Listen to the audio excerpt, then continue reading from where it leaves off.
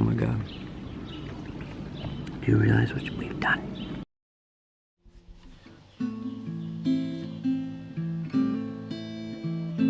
Got this bag of chicken here, 2 chicken drumsticks, and to be honest, the drumstick is not my favorite piece of chicken. It has good meat, it's dark meat, but I prefer the thigh. It's a lot easier to eat. But these were cheap, and they do offer the bone, which is awesome because I can make a stock out of that. So I'm just adding some scallions, and then I was gonna do like, you know, some more ginger and some garlic, but then I thought, why not take my leftover lunch, not actually use the lunch, but there's all that liquid in there, which is like the soy sauce, the flavors of the vegetables, and the ginger and garlic and the chilies. So I'll mix that around, I'll get a nice marinade on that chicken. You know, add a little bit of salt in there, and then I'm gonna actually smoke these in the barbecue tonight. Extra smoky. And it gets smoky. I went outside to eat, and it was extremely hot outside. I realized it's kind of the top of the day. It's like, you know, 1:30, very hot. So instead of trying to go outside and just burn myself out, I'm just gonna stay in and do a little bit of cooking, finish off the kimchi. I'm gonna caramelize some onions, and to do that, all you do is take your onions, slice them, not slice them thin, however you want. A little bit of oil in the pan, and then you want to just cook them extremely low for a long time. If you have baking soda, it's actually a trick. You can add a little baking soda to it, and they caramelize so fast. But the key is you don't want to fry these onions. You actually want to just cook them very low and slow. Save the other half of the onion. And to this, now these I'm gonna fry. So I have like more of a crispy onion, and then I have like a sweet onion. And instead of just trying to throw onions and stuff, this will give me like these nice little abilities to do fun things later. So before I actually fry up the onions, I'm gonna fry up a little bit of garlic. And it might seem like a lot of oil, but I'm doing that for a very specific reason. That is nice and hot. Just turn the heat off if it seems like it's too hot. The reason I'm frying it up with a lot of oil is because I actually want to flavor this oil, so I will have a delicious flavored oil. Don't be afraid to just take it off the pan if it seems like it's too hot. That is very hot. Hot, hot, hot, hot. Alright, gotta take these out right away. Granted, I'm struggling a little bit with these electric burners. I'm used to using gas. That is some of the sexiest garlic I've ever seen, and it's gonna be delicious for crunch. And now my oil is flavored and ready to go for Mr. Onions. And same deal, it's a lot of oil. But keep in mind, I'm going to save this oil and have a delicious flavored oil after I'm done. It's no stranger situation. It's kind of fucking me, but it's all good. It's getting really hot. Some of them are starting to burn more than others. So I just took it out and put it in a bowl with the oil, but I'm going to try to figure out a clever way to strain these without losing too much of that delicious oil. Yeah, they look greasy, but it's okay, I can pat most of that dry. No big deal. I've got these crispy onions that, you know, like I said, they look like oily, but they're actually just crispy and delicious. And I've got this oil that's flavored like onions and garlic that I can now use to cook and just instantly flavor stuff so much better. Meanwhile, over here, we've got our caramelized onions going. And see how they're starting to change colors? They're not like frying up too much, but they're starting to get like this kind of golden brown glorious experience. That's what you want. You just want it to cook low. And it's gonna take a long time, it'll take like 45 minutes, but no big deal. Then over here is another special thing. Just a little bit of rice vinegar, sugar, and salt. And then I'm gonna add ice cubes to it. And the ice cubes are gonna cool it down. And this is a pickling solution which I can add anything to. I'm most likely just gonna pickle some carrots, but we'll see what else I feel like. Rule number 1 in the kitchen, never cook with a shirt. Rule number 2, I don't really care about rules. So this is actually a cool trick that I saw from Mr. Dan Delaney. He did a video on Vice recently making this smoked pork, and instead of, usually you would put, this is the vinegar, salt, sugar solution. Usually you would add water to that to dilute the vinegar. But what he did was to cool it down, because it's really hot. I wouldn't want to put the carrots in there now because it'll cook them. So instead of adding water earlier, he adds a solution to ice cubes, which is kind of genius, because then as it cools it down very quickly, then you get the water. And all I'm doing is taking these carrots and I'm just going to peel them. And this will get me kind of a cool looking pickle. What I can do though, which I would say I even prefer, is this thing. This is like a, they use in Thailand a lot to make like shape papaya salad, like a julienne peeler. And this will actually give me just like more texture. I can do both. Like there's no rules. Like I can shave them and they'll pickle very fast. They'll pickle in like an hour. At least they'll start to. And as the days go on, they get more and more. Letting the days go by. But in this case, let's just go do a little mixture. And then I'm gonna also add some, a little more garlic and more ginger. Have that pickle too for a little variaciones. Realized I think I need a bigger one of these guys. So they go in anything that, any scraps, this stuff, peels, whatever. I'm actually gonna make a stock with that. So it might look like I'm getting rid of it, but absolutely not. Especially when you're trying to save in a budget. You gotta use every little bit. And what do you know, it did fit in here after all. That's just gonna sit for a few hours, hour, a day, whatever. It's gonna keep getting more and more delicious. Almost totally forgot to add the ginger.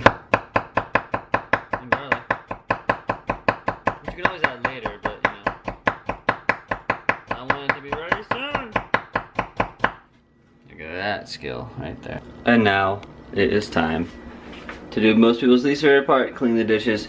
But do not fret.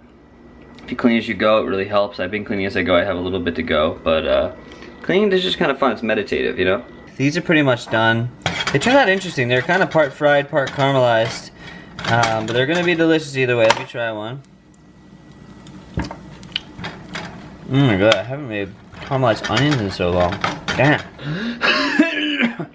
If you just take simple ingredients, cook them well, do fun things with them, you can end up making great food very easily. And that's what this challenge is also reminding me of. Like, don't get boggled down with too many ingredients and having to do a million things. Like, take one thing, take an onion, make it taste delicious. Take an egg, make it taste delicious. Take a carrot, make it taste delicious. You put them together, you get something extra delicious, glorious. First off, this place is freaking beautiful. And second off, I just hit another jackpot of those wineberries. And when you start seeing wineberries and blackberries and raspberries, if you see them in one place, you're probably going to see them around. So it's good to keep looking. And check this out.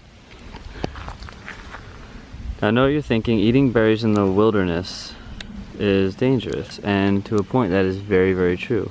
However, if you look at these berries, and unfortunately they're not all like perfectly ripe. I feel like in a week or two you're going to be in crazy heaven wineberry season. But if you look at these, it looks like a raspberry, right? It's a cluster of berries. So this one berry is actually, you know, like 100 little berries. And any berry that looks like that is safe to eat. Still, make sure you learn about how to pick berries first before you do this, because it's not worth the risk. I've made the mistake before. It's not worth the risk. Or I've almost made the mistake of eating something deadly. So I've seen a lot of wineberry trees that either have nothing fruiting or like unripe, but this tree is motherlode, and I am very happy I'm going to collect. Spotted another glorious edible, one of my favorites. This is wood sorrel, and it's crazy tasting. It tastes like very lemony and citrusy, and it's a delicious herb. Can't say I found too much, but you know, that's a nice little treat right there to bring home with me. Foraging, if you learn about it and you're safe and you're smart and you go out with a professional, it will change your life. Learning how to hunt for mushrooms is so exciting because you find mushrooms that you can't buy at the store. Learning how to get greens is delicious, herbs, whatever you can find. It's a huge skill, and I suggest anyone try it. Just be very cautious and go out with a professional first. Make sure you absolutely know when you're getting something that is safe with 100% certainty, because you don't want to make that mistake. But otherwise, have fun. This is pretty cool. This is actually sassafras, which that means there's a big sassafras tree growing. It plants these shoots here. And you see by the leaf, this one has 3, this one has 2, and then this one has 1. That's how you know. And what's cool about them is you can pull it up and make, like, it's the original root beer. So you take the root, you boil it down. That's how they used to make root beer. I'm going to take these mustard greens. So I actually haven't really cooked with mustard greens, but they're similar to a lot of other like Asian greens you'll find at the store. And they can be bitter. So I'm just kind of blanching them in water.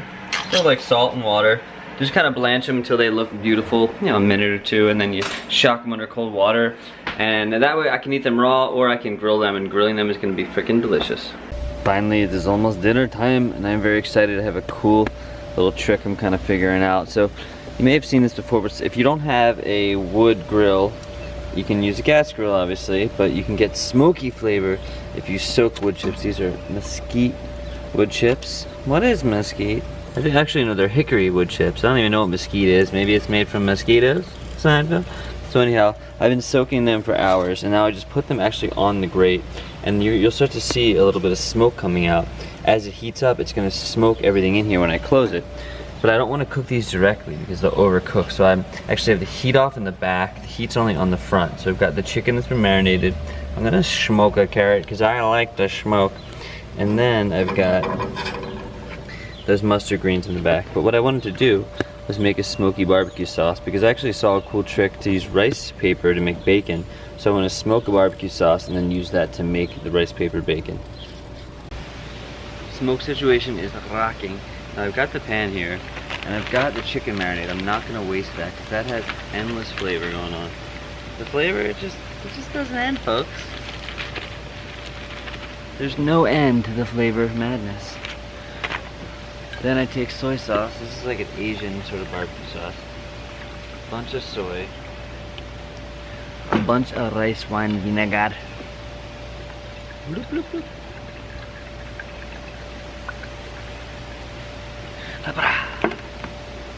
And then of course, mi favorito, sugar.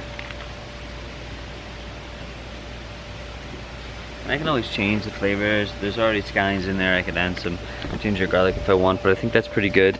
And I'll check out this feast in probably an hour. I mean, we'll see how long. The chicken doesn't need to smoke too long. If I smoke it for 30 minutes to an hour, then I can cook it and I'll still get a lot of smoke flavor, but that thing is rocking out. Just want to give you a little update. I kind of moved some things around. So I put the chicken here. I got rid of the middle burn. I didn't really mean to put that on. And the pan is under it, so it's collecting the chicken drip bizzles. Then I've got this stuff on top, and everything else is still the same, but you can already see the chicken getting that glorious smokiness look. Alright, well I took the mustard greens out. Let's do another peek here. Oh my lord, come on.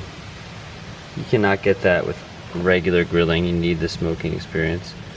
And the chicken is feeling great, but look at the drippings. That's gonna be epic of barbecue sauces. Even little carrots looking interesting, but it's gonna be delicious. And I guess the grill either ran out of gas or, I don't know, flame blew out, but look at this meal. I can only have one piece of chicken a day, actually a short one. But I'm still happy I got some delicious chicken. Cool, so I just took these rice noodles and, rice paper, tried to turn them into noodles. I forgot a frickin' scissor, which really helps to make them actually look like noodles. It's okay, I broke them up anyway. It's good to know you can still break them up and get something. But I first saw this at Ban Trang Trong. It's a Vietnamese dish. It's like a street food. They have these rice noodles that are again, freaking rice paper that is cut up. And they add like beef jerky and quail eggs and all kinds of stuff to it. And then the rice paper, when the sauce hits it, it kind of soaks up and becomes this really chewy, delicious noodle thing. So I'm just going to use that as like the base of this dish.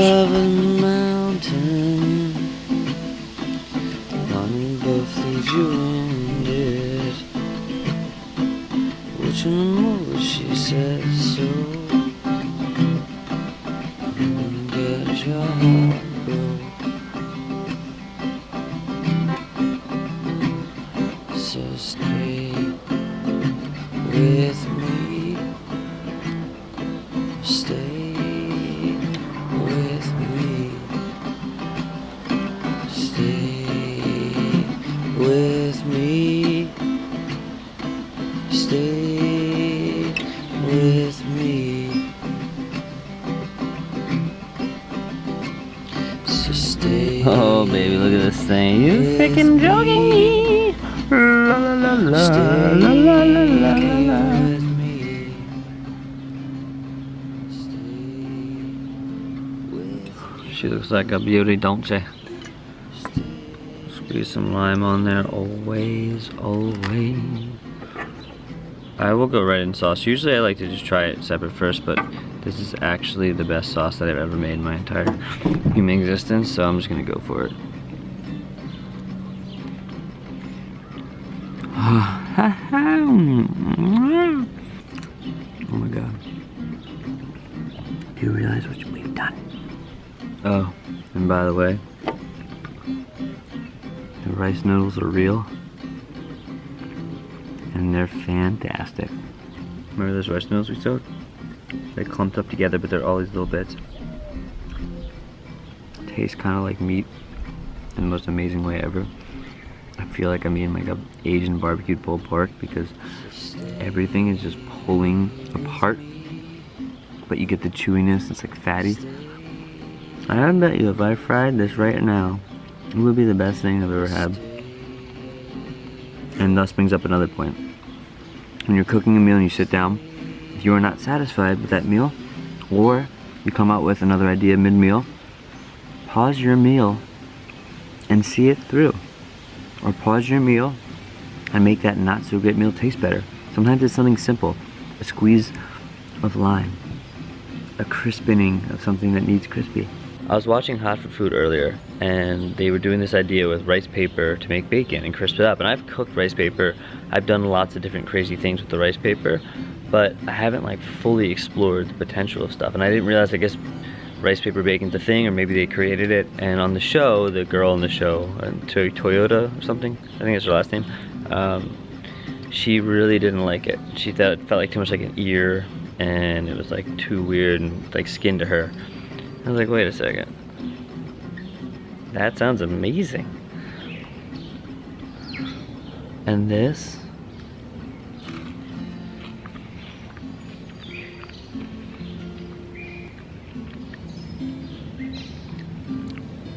is better than bacon. That's right, I said it. These crispy caramelized onions with the chicken. A little bit of green, which the mustard green is very chewy, but great texture, and it's fun to keep chewing. It's like almost like bubblegum lettuce. This bite though right here tastes exactly like a smoked duck, and duck is my favorite.